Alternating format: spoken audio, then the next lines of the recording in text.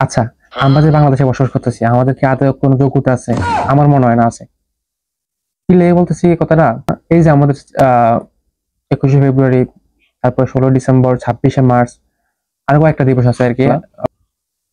ওই দিবসগুলোতে মানে যারা ওই বিরিয়ানি রান্না করে আর কি, কয়েকটা ছাপড়ি পানকা পোলাপান, তোমরা ভাই ভালো কথা, খাবার দাবার আয়োজন করতেছো, উৎসব অনুষ্ঠান করতেছো, ঠিক আছে।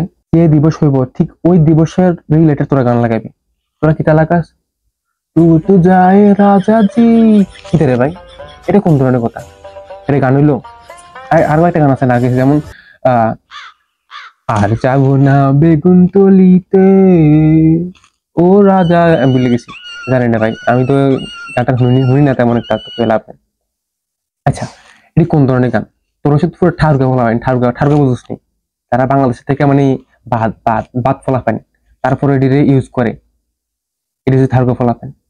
কি রে ভাই, টুট যায় রাজা জি, ও কিন্নি রাখ রাখ।